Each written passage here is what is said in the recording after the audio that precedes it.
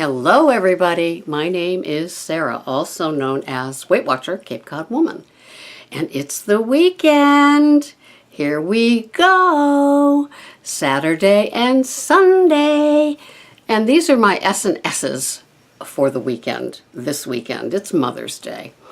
And if you're like a lot of other mothers that I know, what you'd really like for Mother's Day, solitude, right? Solitude, dude. I know that I love my alone time. I do. And what it gives me is serenity. So it's solitude and serenity for the weekend. And, you know, sure, we love the flowers, the chocolates, the brunch with the grandkids, and all of those sort of things, and maybe even some bling bling, maybe a pedi, a mani, a massage, and all of those lovely things. And they're lovely, don't get me wrong. But for a lot of us, it's just going to be one more holiday where there's the expectations of everybody. And, you know, we're kind of the sandwich generation. No, we're not, actually. Well, we could be. Our parents are alive. We've got kids. In my case, you know, I'm sure my daughter-in-laws are the ones that are in the sandwich. And there's a lot asked of us, you know. And even though we're asked what we want sometimes, it's nice. But, you know, it's just another holiday. I mean, is it me, or does it seem like every weekend there is a reason for a food event, for a high-fat, high-point, high-calorie, eating too much food event?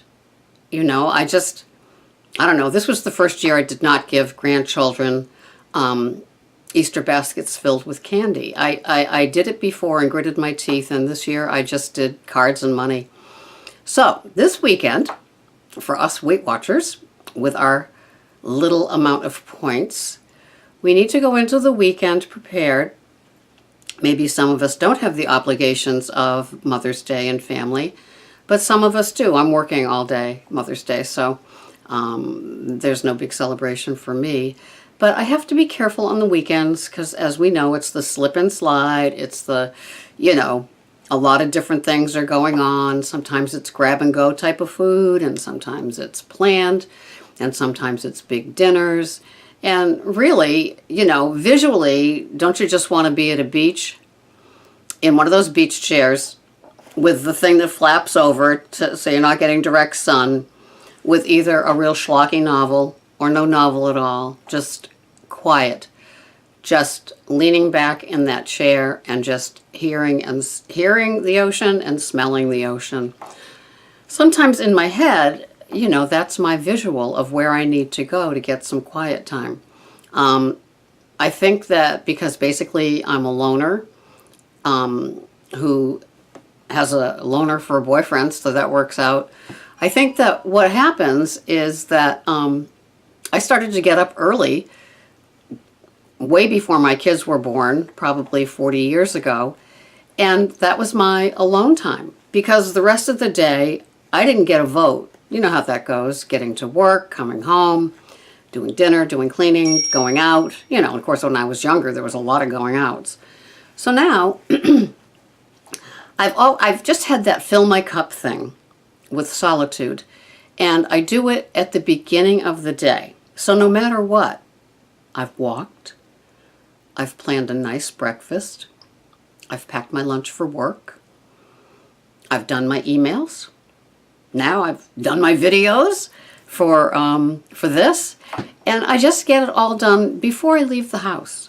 So then I know no matter how the day pulls me, and sometimes it's a taffy pull, I've had my quiet time, my alone time. And it really, really, really suits me well. Now, I'm very, very blessed because I have my very own office. My partner and I each have our very own offices. And I'm telling you, it's a haven. You know, I have my books. I have my couch behind me. I have my computer, my tablet. I have all my things. And I can get lost in here doing something or doing nothing. But on the days that it's really nice out, like today, which is a beautiful spring day, I think of going to the beach. I think of sitting at the beach.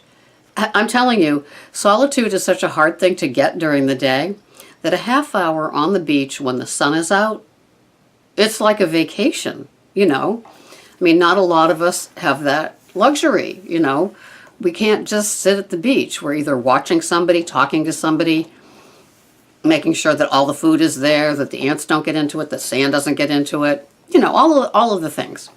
So solitude for me is very, very, very important. Because if I don't get it, it's not that I'm a ticking time bomb, but it's just that I'm not as good for other people. And when I'm in my solitude, like today, I walked 4 miles, and that's when I plan things out, you know, get kind of a grip on the week coming up, the grocery shopping, the meals I plan, and it's just healthy for me. It gives me serenity, you know, planning, like most of you know by now, planning it out is something that's very comforting to me. It's the structure.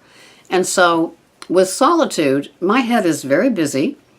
You know, I might not look busy. I might look like I'm walking along with earbuds, but really my head is very, very busy.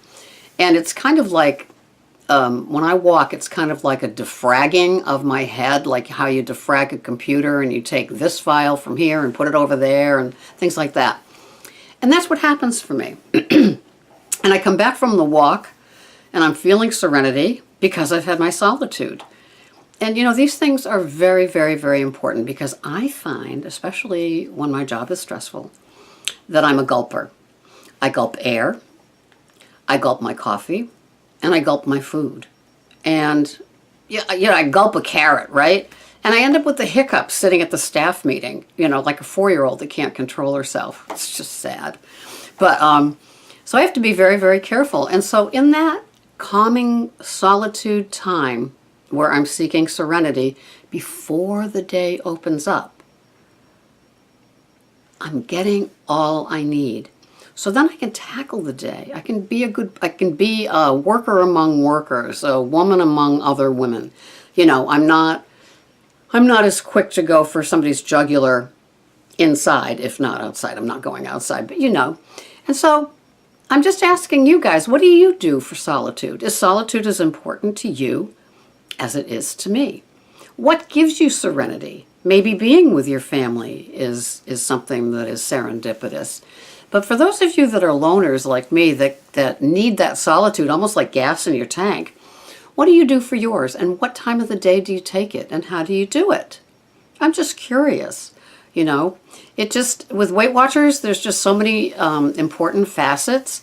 And sometimes it's not about the food. Sometimes it's about things like solitude, sleep, serenity, space, you know, all those things.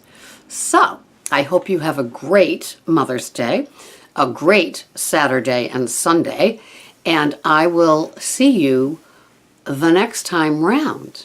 Have a wonderful, wonderful day.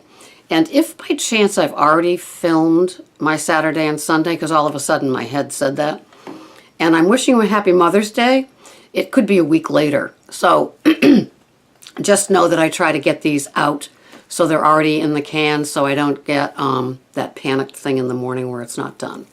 So have a wonderful weekend, whichever 2 days it is. I have the feeling it's May 16th and 17th, so ignore the Mother's Day. Enjoy your weekend. I have a very special anniversary on Saturday that I'm celebrating, and so it's an important week. It's an important day to me, and May is filled with wonderful days, isn't it? So this is Sarah, also known as Weight Watcher Cape Cod Woman, and I hope you have a wonderful Saturday and Sunday. See you the next time. Bye-bye.